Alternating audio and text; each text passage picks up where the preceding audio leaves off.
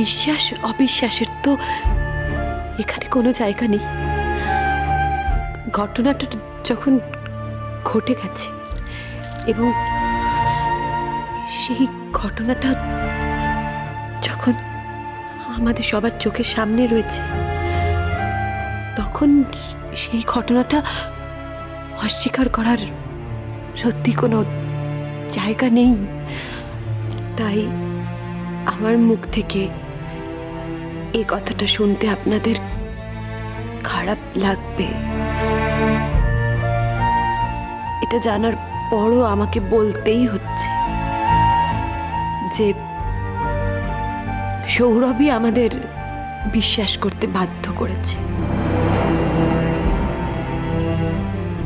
এবং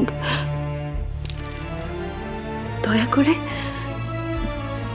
করে সৌরভকে বিশ্বাস করতে আপনি বাধ্য করুন যে কোনো কাজ করলে তার দায়িত্ব নিতে জানতে হয়। সৌরভ যখন আমার ছোট বোনের জীবন নিয়ে এভাবে ছিনিমিনি খেলতে পেরেছে, তখন আমার ছোট বোনের জীবনের দাম সৌরভকেই দিতে হবে। এবং জিয়ার গর্ভে ওদের যে সন্তান আসছে, সেই সন্তানকেও একটা উপযুক্ত সম্মানের জীবন সৌরভকে দিতে হবে। সেটা যদি সৌরভ না দেয়, তাহলে এবার লড়াইটা হবে আপনার ছেলের সঙ্গে আমার। এবং সে লড়াই ঠিক কোথায় গিয়ে কবে শেষ হবে সেটা আপনারা কেউ কল্পনাও করতে পারছেন না।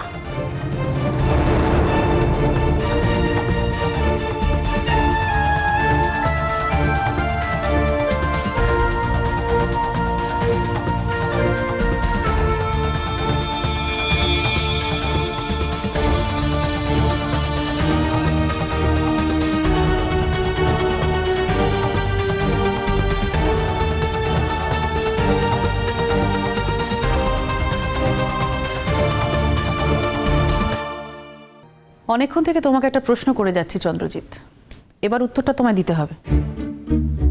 আমার কাছে এর কোনো উত্তর নেই। না না না না না না না, আমার কাছে এর কোনো উত্তর নেই বললে তো আমি শুনবো না। উত্তরটা তোমাকে দিতেই হবে চন্দ্রজিৎ, দিতেই হবে। দেখো, যা ঘটে গেছে তার দায় কিন্তু শুধু আমার মেয়ের একার নয়। আমার মেয়ের বয়স অল্প, ও ছেলে মানুষ, ওর একটা ভুল হতেই পারে, কিন্তু ওকে ওই ভুলটা করতে বাধ্য করেছে কে? আমি যখন তোমাকে প্রথম থেকে বলেছিলাম যে ভুলটা সৌরভের, তখন কিন্তু তুমি বিশ্বাস করোনি আমার কথা তুমি তখন শোনোনি। তখন তোমরা সবাই মিলে জিয়াকে মিথ্যেবাদী প্রমাণ করার জন্য উঠে পড়ে লেগেছিলে। তুমি কি ভেবেছিলে?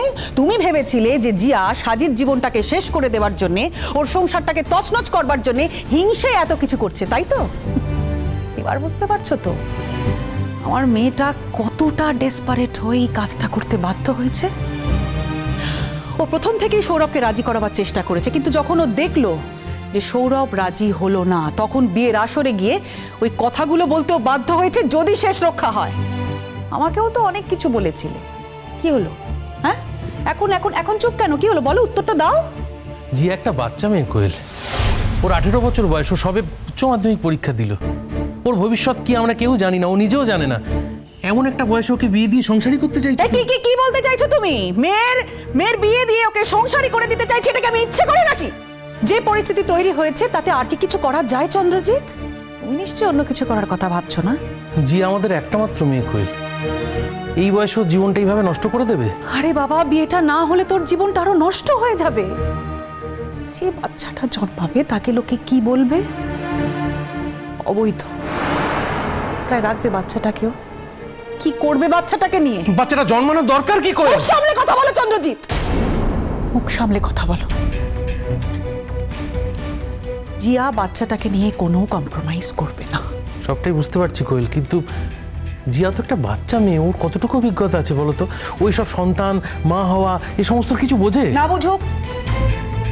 না বুঝুক, ওর যতই বয়সটা অল্প হোক না কেন, বাচ্চাটা ওর, সিদ্ধান্ত ওই নেবে। এই বাচ্চাটাকে যেভাবেই হোক জিয়া এই পৃথিবীর আলো দেখাবেই, এটা জিয়ার প্রতীক্ষা। আর সেটা করতে গেলে যা যা করণীয় আমাদেরকেও তাই করতে হবে চন্দ্রজিৎ। হ্যাঁ, সাজি অবশ্য দয়া দেখিয়ে দাদাকে বলেছে যে সৌরভকে জামিনে ছাড়িয়ে আনতে। দাদাও ছাড়িয়ে আনবে নিশ্চয়। আর কি করণীয় আমাদের এখন? কি করণীয় বলো? ওরকম একটা ছেলে, সৌরভের মতো একটা ছেলেকে এখন আমাদের গিলতে হবে। যে ছেলেটা এমন একটা চরিত্রহীন ছেলে, একই সঙ্গে দুটো মেয়ের জীবন নষ্ট করতে পারে, সেই রকম একটা ছেলেকে গিলতে হবে, আমার মেয়ের সঙ্গে বিয়ে দিতে হবে। আমার কোনো উপায় নেই তো, কোনো উপায় নেই, কিচ্ছু করার নেই। আর সাজির কি হবে কোয়েল? ও, বুঝতে পেরেছি। তাহলে তোমার কাছে এখন সব থেকে বড় প্রশ্ন হলো সাজির কি হবে? নিজের মেয়েকে নিয়ে তো তোমার কোনো মাথা ব্যথা নেই, তুমি শুধু একজনের কথাই ভাবছো, সাজি। ঠিক আছে, তাহলে তুমি আগে যেটা করতে চেয়েছিলে সেটাই করো। মেয়েটাকে তো মেরে মেরে শেষ করে ফেলতে চেয়েছিলে, এবার আমি তোমাকে বলছি মেরে ফেলো আমার মেয়েটাকে। না, এবার তুমি মেরে ফেলো, গলাটা টিপে খুন করে দাও, আপদটা বিদে হোক। আমিও বাঁচি, তুমিও বাঁচো। আর সাজি ওর সংসার করার শখটাকে পূর্ণ করুক, সেটাই তো চেয়েছিলে। কোয়েল, সাজি এখন বিবাহিত, ও সৌরভের স্ত্রী। ও যদি এই বিয়েটা ভাঙতে না চায় তাহলে কি হবে একবার ভেবে দেখেছো? ওকে তো জোর করে এই বিয়েটা ভাঙানো যাবে না, ওর মত আছে কিনা জানতে হবে তো। বেশ, তো তাহলে সাজিকেই তুমি ডেকে জিজ্ঞেস করো যে ও কি চায়। ওর বোনের মৃত্যু চায় নাকি একটা ঠক ছেলের সঙ্গে সারাটা জীবন কাটাতে চায়? অদ্ভুত কথা বলছো কোয়েল। সৌরভ ঠক, আর তোমার মেয়ের সঙ্গে বিয়ে হয়ে যখন ও জীবনটা কাটাবে তখন সৌরভ ঠক থাকবে না, ও ভালো ছেলে হয়ে যাবে। অন্তত ও যে ভুলটা করেছে সেই দায়টা তো নিতেও বাধ্য থাকবে। আর ওকে যদি এই চাপটা না দেওয়া হয় তাহলে তো বেঁচেই যাবে, আর এটাই ও চায়। আর আমরা ওকে বাঁচিয়ে দেওয়ার কথাই ভাবছি। বাহ, এ তো নিজের নাক কেটে পরের যাত্রা ভঙ্গ করছো কোয়েল। সৌরভকে শাস্তি দেওয়ার জন্য তুমি আমাদের ওই ছোট মেয়েটার জীবনটা আহুতি দিয়ে দিচ্ছ সৌরভের কাছে। ভেবে দেখো কোয়েল, কি করছো তুমি? এই দেখো, তোমার মেয়েকে আহতি দিচ্ছি বলে যেন তোমার দুঃখ একেবারে উঠলে উঠছে তা তো নয়। তোমার দুঃখের কারণ তো হচ্ছে সাজি।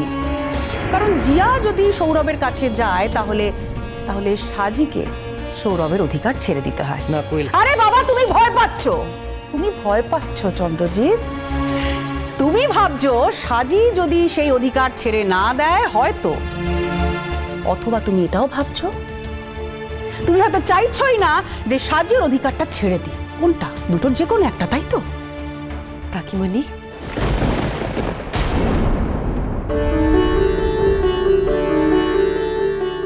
বলো সাজি। দেখো, যা ন্যায্য, যা ন্যায় তাই হওয়া উচিত। জিয়ার প্রাপ্য জিয়ার নিশ্চয়ই পাওয়া উচিত। আর জিয়া যদি রাজি থাকে সৌরভকে জিয়াকে বিয়ে করতেই হবে। এর মধ্যে তো আর কোনো কথা নেই কাকিমণি। কি বলছিস সাজি?